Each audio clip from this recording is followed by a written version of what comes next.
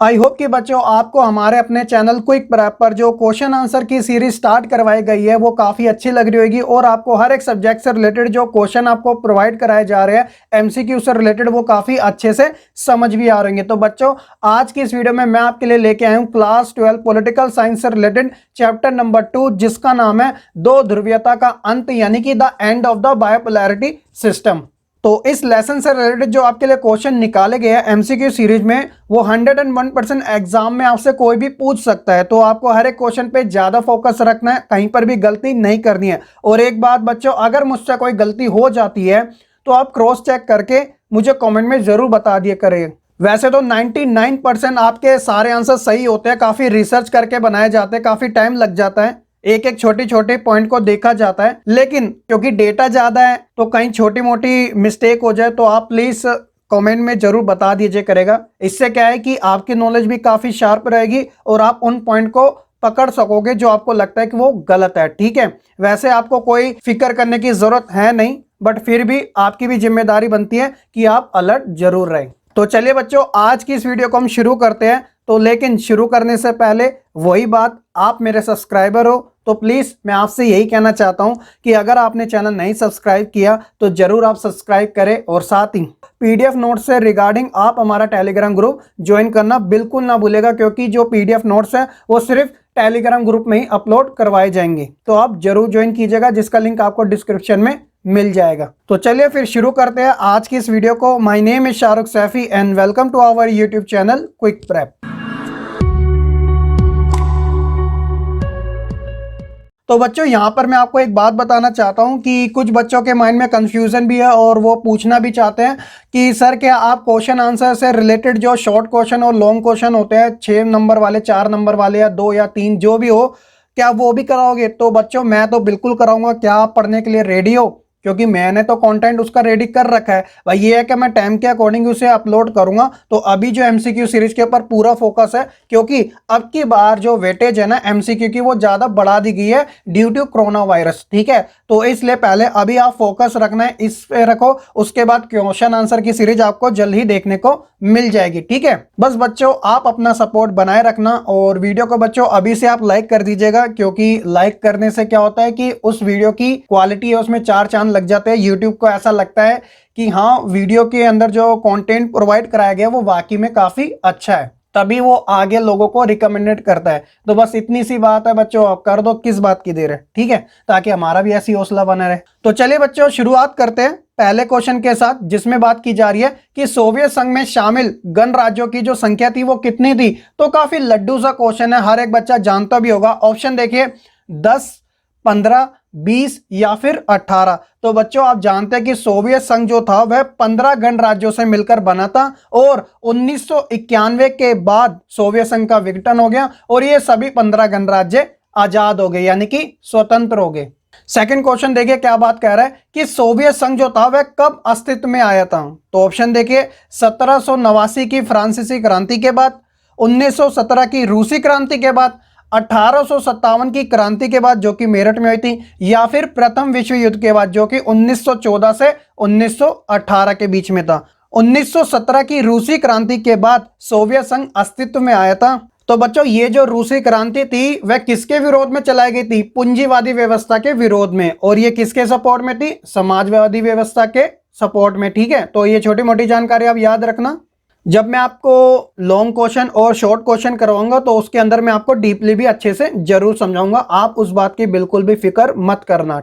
तो बच्चों question number जो थर्ड है वो सेकंड से ही जुड़ा हुआ है, थोड़ा सिमिलर है। देखिए क्या कह रहा है कि बोल्शेविक कम्युनिस्ट पार्टी के संस्थापक कौन थे। तो आप जानते हैं कि 1917 में रूसी क्रांति हुई थी, लेकिन उस समय जो पार्टी के संस्थापक बने थे उनका नाम क्या था ये आपको पता होना जरूरी है। और बच्चे खासकर किस ऑप्शन में कंफ्यूज होते हैं अगर उन्हें एग्जाम में दे दिया जाए। देखिए ए कहता है निकिता क्रुश्चेव, बी कहता है व्लादिमीर पुतिन, सी कहता है गोरबाचेव और डी कहता है व्लादिमीर लेनिन। तो बच्चे अक्सर जो कंफ्यूज होते हैं वो व्लादिमीर पुतिन और व्लादिमीर लेनिन में होते हैं, क्योंकि नाम के आगे के 2 शब्द जो है वो इक्वल से है लेकिन पीछे के जो वो थोड़े डिफरेंट है। तो बच्चों पुतिन या लेनिन कौन हो सकता है? जी हाँ, ऑप्शन नंबर जो डी व्लादिमीर लेनिन वो इसका करेक्ट आंसर है। तो आप इस बात का ध्यान रखना, एग्जाम में एमसीक्यू से रिलेटेड जो क्वेश्चन आते हैं ना वो ऐसे ही बच्चों को कंफ्यूज करते हैं, तो आपको नहीं होना है।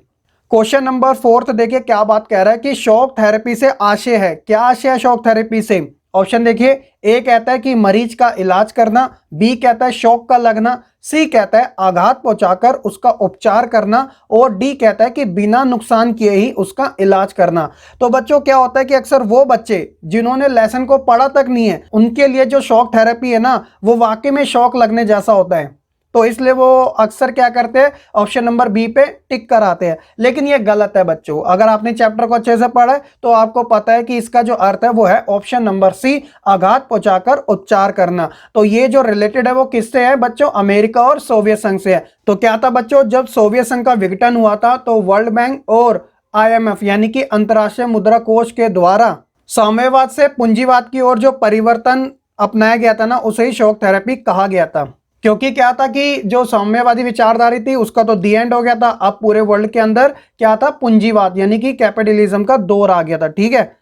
क्वेश्चन नंबर 5 बात करता है कि IMF का पूरा नाम बताइए। तो इस क्वेश्चन में भी बच्चे कंफ्यूज होते हैं, मैं अभी उसका रीजन बताता हूं वो किस में होते हैं। ऑप्शन देखिए, पहले इंटरनेशनल मॉनेटरी फंड, बी कहता है इंटरनेशनल मनी फंड, सी कहता है इंटरनेशनल मॉनेटरी फंड बिल और डी कहता है कि इंटरनेशनल मॉनेटरी फाउंड।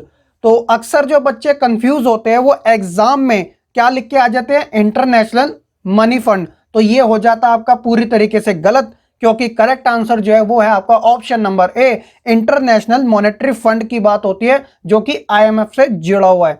तो हिंदी में अगर बात करें तो अंतरराष्ट्रीय मुद्रा कोष। ठीक है, तो ये आपको ध्यान रखना है, मनी नहीं मॉनेटरी है। क्वेश्चन नंबर 6 बात करता है कि 1991 में 3 बड़े गणराज्यों द्वारा सोवियत संघ की समाप्ति की घोषणा की गई थी। तो अब सवाल आता है कि वो 3 जो गणराज्य थे वो कौन कौन से थे? ऑप्शन देखिए बच्चों, रूस, लैटविया, बेलारूस, बी कहता है बेलारूस, तजाकिस्तान, जॉर्जिया, सी कहता है कि लैटविया, यूक्रेन या फिर कजाकिस्तान और डी बात करता है रूस, यूक्रेन और बेलारूस। तो बच्चों इसका क्या होना चाहिए करेक्ट आंसर? बिल्कुल, अगर आपने चैप्टर पढ़ा है तो ये आपके लिए काफी लड्डू सही क्वेश्चन है, लेकिन जिन्होंने नहीं पढ़ा उनके लिए काफी कंफ्यूज करने वाला है। तो ऑप्शन नंबर जो डी है, रूस, यूक्रेन और बेलारूस, इन 3 बड़े गणराज्यों ने सोवियत संघ की समाप्ति की घोषणा कर डाली थी 1991 में। और कौन शक्तिशाली देश के रूप में उभर कर आया था? वो था अमेरिका। यानी कि 2 ध्रुवीयता का अंत हो चुका था, अब पूरे विश्व में एक ही ध्रुवीयता बची थी जिसका नाम था USA, United state of America. Question number 7 बात करता है कि सोवियत संघ के द्वारा अफगानिस्तान में हस्तक्षेप किया गया था। कब किया गया था बच्चों? ऑप्शन देखिए, 1979 में, 1985 में, 1975 में या फिर ऑप्शन नंबर डी 1980 में। कब किया गया था? वो था आपका ऑप्शन नंबर ए, 1979 में सोवियत संघ के द्वारा अफगानिस्तान में हस्तक्षेप यानी कि इंटरफेयर किया गया था। क्वेश्चन नंबर 8 है, ये क्वेश्चन आप बच्चों के लिए, तो आप मुझे कमेंट करके बताना कि इसका क्या सही आंसर है। पहले आप क्वेश्चन देखिए, निम्नलिखित को काल क्रम अनुसार सजाइए। तो बच्चों ये जो क्वेश्चन है ना वो आपका NCERT बुक के पीछे जो एक्सरसाइज वाले क्वेश्चन होते हैं ना उससे लिया गया है। तो ऑप्शन देखिए, अफगान संकट, बर्लिन दीवार का गिरना, सोवियत संघ का विघटन और रूसी क्रांति। तो इन्हें एक क्रम के अनुसार लगाना है आपको कि सबसे पहले कौन सा हुआ था, फिर बाद में कौन सा हुआ था और लास्ट में कौन सा हुआ। तो ये तो 4 ऑप्शन आपको दे रखे हैं, तो काफी इजी से है। चलिए देखते हैं कि आप कमेंट में सही बता पाते हैं या फिर नहीं। क्वेश्चन नंबर 9 बात करता है बच्चों की शीत युद्ध के दौरान जहां पर अमेरिका की जो मुद्रा थी वो डॉलर थी, तो वहीं पर सोवियत संघ की मुद्रा का क्या नाम था? तो ऐसे क्वेश्चन घुमा फिरा के आपसे पूछ लिए जाते हैं। ए कहता है येन, बी कहता है पाउंड, सी कहता है रूबल और डी कहता है रियाल। तो क्या होना चाहिए इसका करेक्ट आंसर बच्चों? वो है आपका ऑप्शन नंबर सी, रूबल। वैसे इसको जो पूरा नाम है वो है रूसी रूबल। तो करेक्ट आंसर ऑप्शन सी है। आप मुझे कमेंट करके बताइएगा ये जो बाकी की जो करेंसियां दे रखी है ऑप्शन ए, बी और डी के अंदर, येन, पाउंड और रियाल, ये किन देशों की करेंसी है। क्वेश्चन नंबर 10 बात करता है कि रूस के किन 2 गणराज्यों में अलगाववादी आंदोलन चल रहे थे। तो बच्चों वो कौन कौन से थे? ऑप्शन देखिए, चेचन्या और उज्बेकिस्तान, दागिस्तान और किर्गिस्तान, कजाकिस्तान और चेचन्या या फिर दागिस्तान और चेचन्या। तो इसका जो करेक्ट आंसर है बच्चों वो है आपका ऑप्शन नंबर डी, दागिस्तान और चेचन्या में अलगाववादी आंदोलन चल रहे थे। तो बच्चों ये वो दौर की बात चल रही है जब सोवियत संघ के अंदर संघर्ष और तनाव का जो दौर था ना वो अपने चरम पर चल रहा था। क्वेश्चन नंबर 11 बात करता है कि सोवियत संघ के विघटन के 7 साल बाद किस गणराज्य में हिंदुस्तानी फिल्में अधिक प्रसिद्ध हुई थी। तो बच्चों ये काफी ज्यादा इंपॉर्टेंट क्वेश्चन है, तो आप जरा ध्यान से समझना, अगर आपको पता है तो वेल एंड गुड है।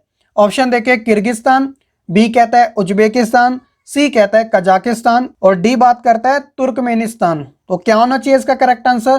तो ऑप्शन नंबर बी, उज्बेकिस्तान में हमारे भारत की जो फिल्में थी ना वो काफी ज्यादा फेमस हुई थी। उस समय क्या था कि बच्चों जैसे कोई हिंदुस्तान के अंदर फिल्में रिलीज होती थी ना, और रिलीज होने के बाद ही उसकी जो कॉपी होती थी वो उज्बेकिस्तान पहुंच जाती थी।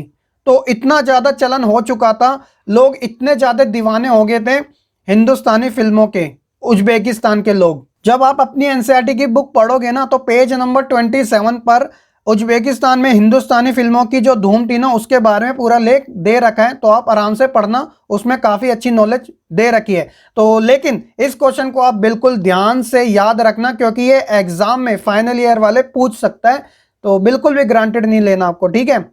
क्वेश्चन नंबर 12 बात करता है कि 2001 में भारत रूस समझौते में हस्ताक्षर हुए थे, किस चीज को लेके हुए थे? ऑप्शन देखिए, 70 द्विपक्षीय समझौते पर, बी कहता है 80 द्विपक्षीय समझौते पर, सी कहता है 85 द्विपक्षीय समझौते पर और डी बात करता है 90 द्विपक्षीय समझौतों पर।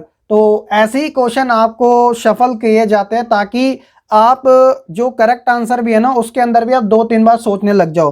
तो हर जगह सब कुछ सेम है लेकिन जो डिजिट दे रखा है नंबरों का उसके अंदर डिफरेंट है। तो करेक्ट आंसर है बच्चों इसका है ऑप्शन नंबर बी, 80 द्विपक्षीय समझौते पर 2001 में भारत और रूस समझौते में हस्ताक्षर किए गए थे या हुए थे। क्वेश्चन नंबर 13 बात कहता है कि मार्च 1985 में सोवियत संघ की जो कम्युनिस्ट पार्टी थी उनके महासचिव किन्हें चुना गया था? ऑप्शन देखिए, बोरिस येल्त्सिन को, मिखाइल गोर्बाचेव को, व्लादिमीर पुतिन को या फिर लियोनिड ब्रेजनेव को। तो क्या होना चाहिए बच्चों इसका करेक्ट आंसर? जी हाँ, ऑप्शन नंबर जो बी है मिखाइल गोर्बाचेव, उन्हें 1985 में सोवियत संघ की कम्युनिस्ट पार्टी का महासचिव चुना गया था। क्वेश्चन नंबर 14 बात करता है कि सोवियत संघ का उत्तराधिकारी किसे घोषित किया गया था? तो उत्तराधिकारी मतलब कि जब सोवियत संघ का विघटन हो गया था तो उसे रिप्रेजेंट करने वाला कौन था? ऑप्शन देखिए, यूक्रेन था, बेलारूस था, रूस था या फिर उक्रेन था। तो कौन सा था देश बच्चों? वो था आपका रूस, क्योंकि 15 गणराज्यों में जो रूस था ना वह अलग ही दिखाई देता था। ये आप अपने स्क्रीन पर मैप में भी देख सकते हैं कहाँ जो अलग अलग गणराज्य है और कहाँ एक तरफ रूस है, तो इसलिए जो उसका उत्तराधिकारी बना वो रूस बना था। Option number C correct answer है। क्वेश्चन नंबर 15 बात करता है कि 1991 में रूस के राष्ट्रपति बने थे, कौन बने थे बच्चों जब सोवियत संघ का ऑलमोस्ट विघटन ही हो चुका था? ऑप्शन कहता है कि ए गोर्बाचोव, बी येल्सिन, सी खुर्चेव और डी लेनिन। उस समय जो राष्ट्रपति थे ना वो तो मिखाइल गोर्बाचेव थे, लेकिन 1991 में तख्ता पलट हुआ था और येल्त्सिन जो थे ना, बोरिस येल्त्सिन, वह वही रूस के राष्ट्रपति बने थे।